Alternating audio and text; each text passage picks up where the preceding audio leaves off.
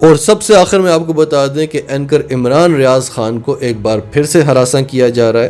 Police نے ان کے گھر کو چاروں طرف سے گھیرا ہوا ہے، ان کے گھر کے چاروں طرف ویڈیوز بن رہی ہیں، ہر آنے جانے والے کو روک کر ہراساں کیا جا رہا ہے۔